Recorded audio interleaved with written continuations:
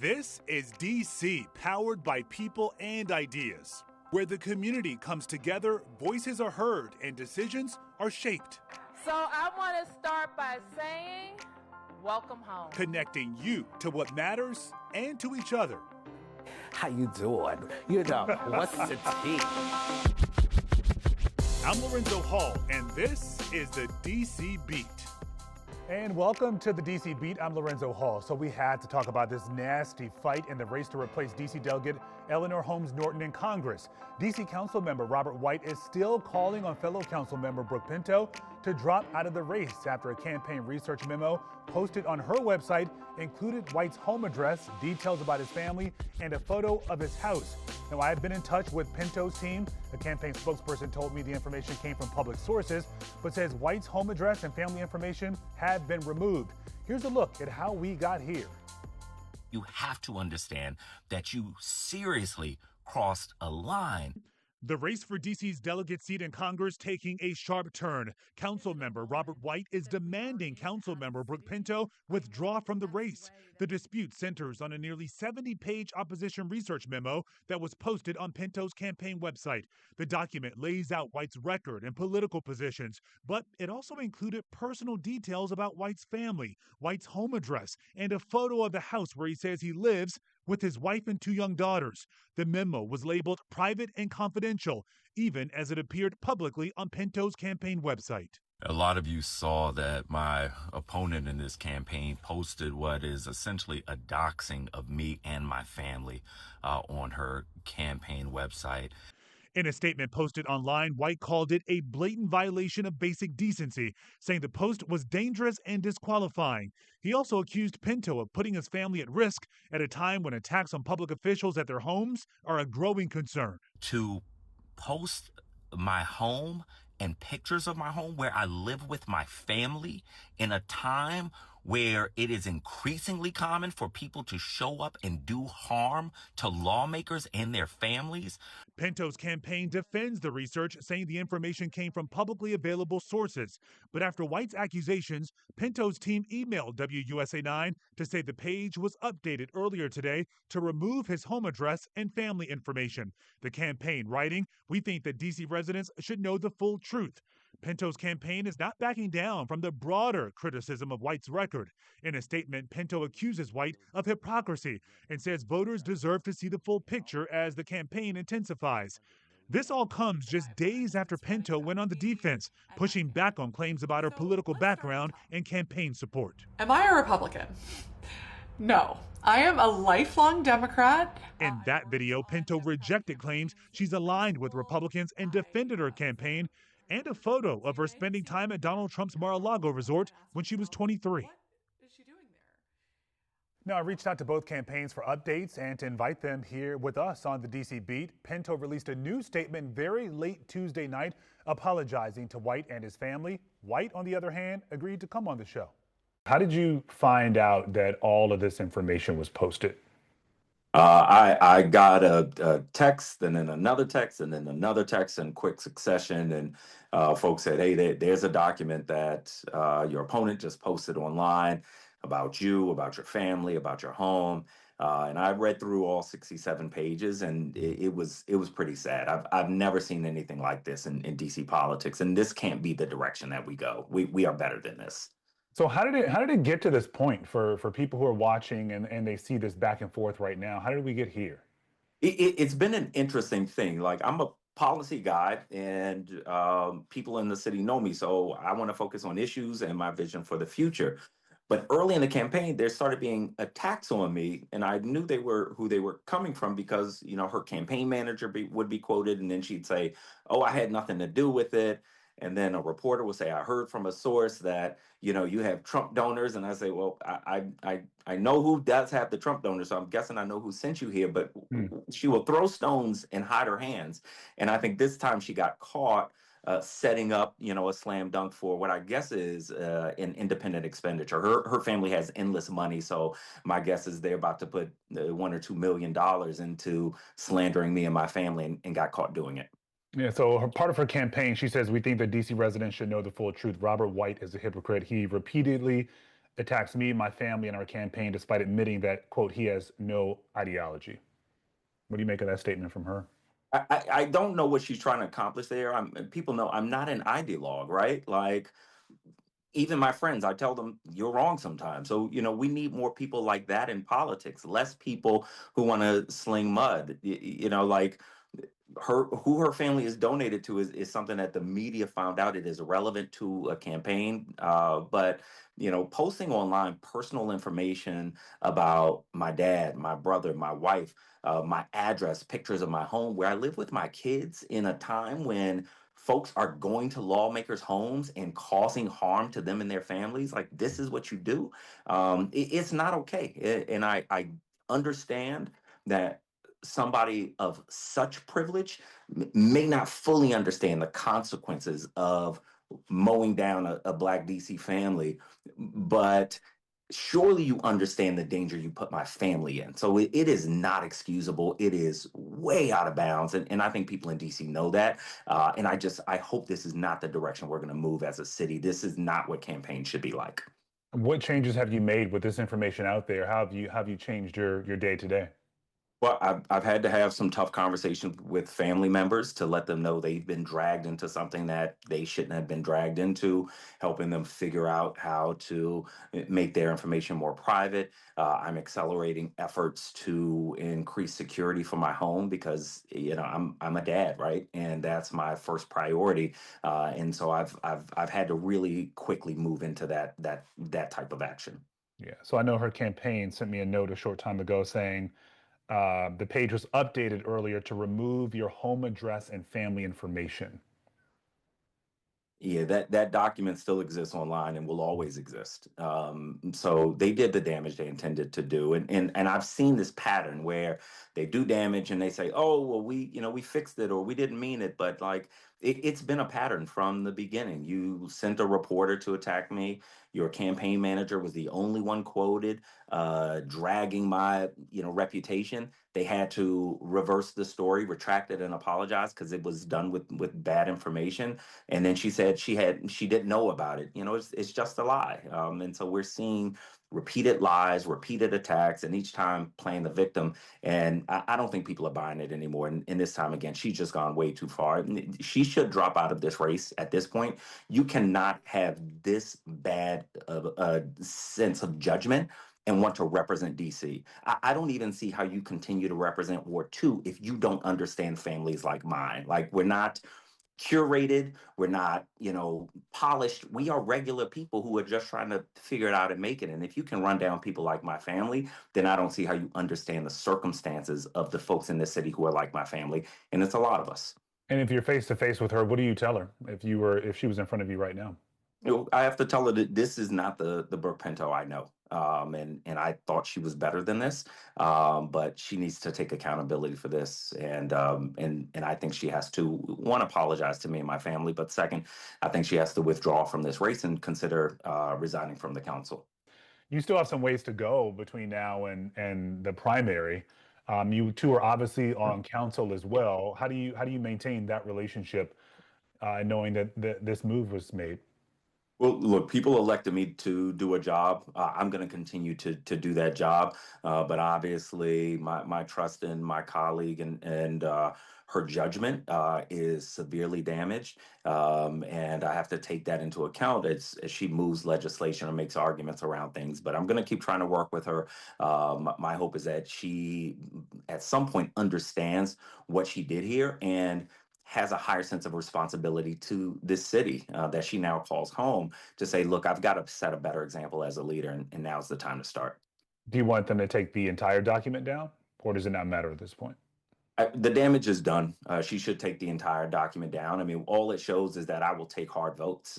Like, if you understand the circumstances of my family, as unfortunately a lot of that is dragged out in this document, then you may better understand how I move as a lawmaker. I'm looking out for folks that are like my family, that have had some hard times, that are trying to overcome obstacles, and that have a high sense of responsibility for things like housing. This is where it comes from. So she should take the document down. But at this time, I think the only thing to do is to say publicly, look, I made a mistake. I'm withdrawing from this race, and she needs to consider stepping down as the Ward 2 council member. Yeah, and despite the apology, he is still demanding Pinto step down as Ward 2 council member, you heard there, and get out of the race for DC delegate. While Pinto posted an apology on social media, he says she has not reached out to him directly. Up next, some DC children are sounding off.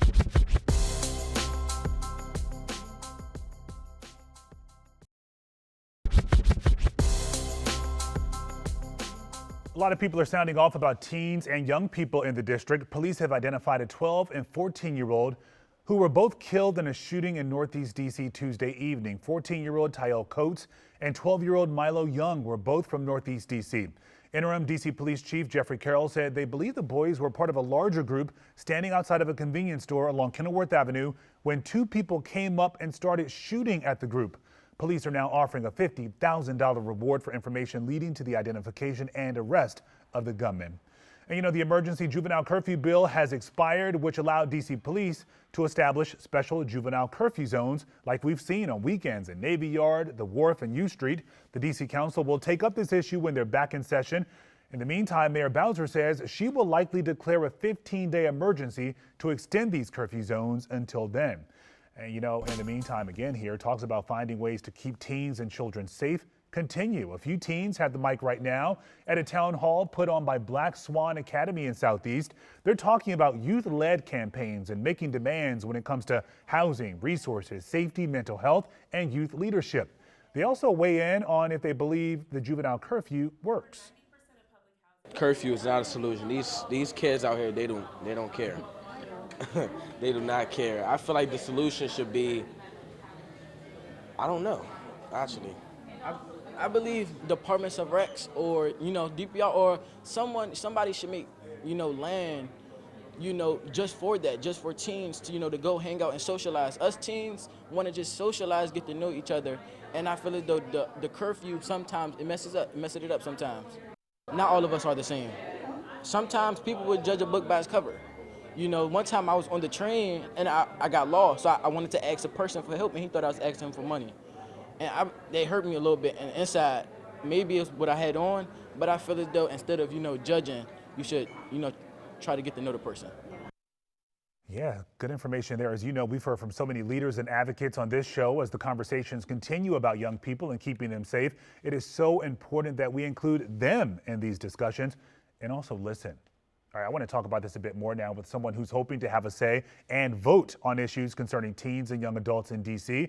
Jackie Reyes-Yanez is running for the Ward 1 council seat, and she is at the table with me. Jackie, thank you for being at the table with us. It's good to see you. Thank you, Lorenzo. Yes. Mil gracias for having me here. So what do you make? We've been talking about these curfews a lot, ways to keep young people safe in D.C. So what do you make of what you're seeing right now and the council delaying this vote on potentially extending this emergency juvenile curfew bill? Well, I am pro the curfew, being that I grew up in DC since 1990. So I know, you know, and I was a teen mom, so, and also raised 3 children here, and I am pro curfew, and my kids knew how to not to go above curfew. So as a councilwoman, I will make sure that we're in timely. We cannot have young people losing their lives because they're doing something that they're not supposed to be doing, and also parent accountability. So what does that look like? Because I think in this conversation, we haven't talked a lot about the parent accountability aspect. We talk about what the government is not doing, what businesses are doing, not doing. What does that look like in terms of holding parents accountable if you are a Ward 1 council person? Yes, personal life stories, right? Like I said, when we talk about parents accountability, know where your kids are. You know, what are they doing? So how's that gonna look like as a legislator? Bringing my life experience, being that I was a troubled youth, being that I had 3 children and I was a single mom. So we cannot always rely on government, but everything starts at home. That's the way that I was raised. But as a legislator, we have to make sure that the things make sense. And I am pro a curfew citywide, because we can't transfer a problem to another area. So it's just, and I know that DPR they're doing these night events, but also making sure that those young people are getting home. You know, what are they doing and who is supervising them? Yeah, you mentioned troubled youth here and your understanding of that and what some of these teens might be going through. Yes. What is your take on what you're seeing right now? What is the issue here? Why do we keep seeing these large gatherings Yes. late night in the city? Yes. So what I'm seeing is a trending, right? So before, when I was growing up, there was not social media. So they're like, oh, and I'm seeing and I'm monitoring, and I'm very hands-on, right? Since I was in government, I was an outreach worker. I was a youth worker at the Latin American Youth Center. So I'm very bold when I talk to young people, and also for them to be who they are hanging with, the peer pressure, right? So we have to look at all of those angles, but the community-based organizations that are on the ground, are we bringing them to the table? So I grew up in World War I, so I'm looking forward to make sure that my experience is very well seen in the legislation that I will make. And number one, starts at home, education starts at home, but the young people, they gotta understand that there's consequences to your actions, and there are gonna be consequences. And we have to make sure that they understand the rules so we can all have fun. We can all have fun, but we have to make sure that it's controlled and it's accountable. My God. Making sure people are accountable, Yeah, held accountable. Yeah, so you mentioned the experience growing up in Ward 1. We've seen Ward 1 really being the epicenter of President Trump's immigration enforcement over the last couple of months. What do you make of what you're seeing? How has Ward 1 changed over the last year plus? Yes, well, Ward 1 has been my home since 1990, more than 30 years. So, and we worked hard after the Mount Pleasant riots. And I was in the Mount Pleasant riots. And that was because we were disfranchised. There was fear, right? And we worked hard to have language access, to work with MPD, to have a Latino liaison, you know, to build trust with MPD. And now MPD working with ICE, cooperating with ICE. That is bringing fears to our families. So as a councilwoman, I have to make sure that everybody that comes into Ward 1, they feel safe, they feel cherished, that also, you have seen the Washington Post, they released a report that their kids are not going to school, people are not going to church. You know, the basic things that we do as a habit, we're not doing it anymore.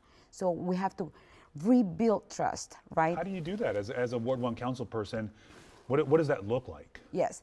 So I have been doing this all my life since I came here. And like I told you, I have the experience to make sure that I bring resources to the table. when there was the Mayor's Office on Latino Affairs, I was the one who put the the Immigration Justice Legal Fund with $300,000. And because the influence and the need, we had to raise it to $3.5 million. So as a councilwoman, I have to make sure that these people, our people, my people, who are going to be affected, because mental health is going to be an issue, right? So I have to make sure that I use my voice. Now you can see Latinos are coming out to the Ward 1 Democrats because they see me, they know that I speak their language. I'm speaking to them in Spanish, so they're coming out. So that's what I decided, to quit my job, you know, and I'm like, look, I'm going to fight the misinformation, because it's a lot of fear. And I'm like, I want to tell my people, hey, I'm here for you. I'm gonna be that person. I'm gonna fight. I'm gonna be a warrior. You know, I will be the first Latina, could you believe this, in years. What difference does that, talk to me about the difference that makes, especially right now, because you include that in your platform, talking about being potentially the first Latina on the DC Council. Yes. Yeah, so talk to me about that perspective and what's missing on the council right now. Yes, that being in the passenger seats is one thing, and I have been in the passenger seats for 20 years. Now I will be in the driver's seat, making like my experience, why I be relevant to two mayors and one council member is because I always keep my ear on the ground. This is what's happening. And my experience speaks for itself, right? To make sure that the language access is here. We were at the DC Latino Pact that didn't, even the only platform that is connected to the DC Democrats didn't have language access, you know? So why me? Is because I've been there, done that. My father doesn't speak English, right? And now he's all excited. He bought his house in the dishwasher salary. So what is that going to be different as a Ward 1 council member? Is that I'm making sure that we have true affordability, that my people, like looks like me, has my accent, have access to true affordable housing, childcare, working class. They can take their children. And most of the working families, they pay $2,700 for childcare. Yeah, you it's a know, lot. constituent services. Yeah. This no happen, right? Yeah. What did Jackie did? I rented a bobcat and started cleaning snow. But as a council member, I will make sure that we are ahead of issues, right? Yesterday I was having a fire, and people said, "Oh, they went to the person went to the hospital." But then guess what? And I was like, "Are they coming back?" Yeah. And they were like, "No." So has Red Cross been called? You know, so now they call me, it's like, "Thank you, Ms. Reyes, because you came to the fire and you connected us to service." So that's the kind of council member that I would be. You mentioned on your site, in terms of your platform, you talk about real affordable housing. You just mentioned that a moment ago. We keep talking about affordability, affordable housing. What does that mean for you? How does that work? How do you produce affordable housing in this sort of economic climate? Yes, that is a very good question, because we have one size, it doesn't fit all. We have people from all walks of life, from even our own house neighbors, right? How many shelters do we have in Ward 1? You know, are we taking care of them? How are we taking care of our poor people at the Letroy Park, right? At the public housing? How many do we have there? Are they being treated with dignity and respect?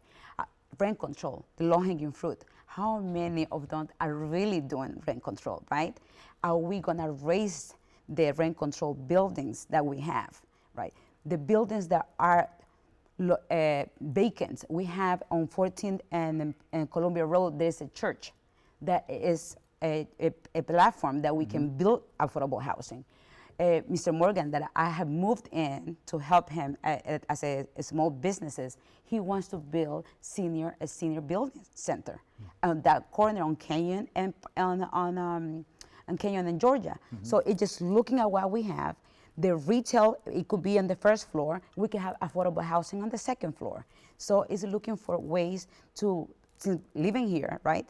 Remember in the 90s, people have the neighborhood feel. Yeah. So we can have we have to be creative and to bring more foot traffic to our small businesses so we can generate funds so we can get affordable housing.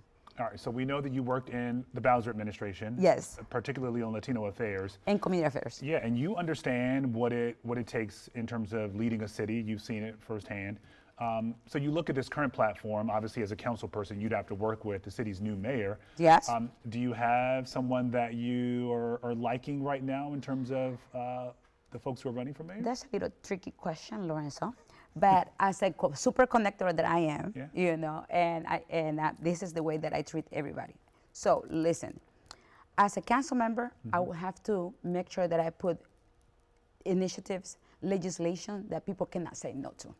You know, so whatever the incumbent is in the mayor's office, you know, they will be like, "Hey, listen to Jackie.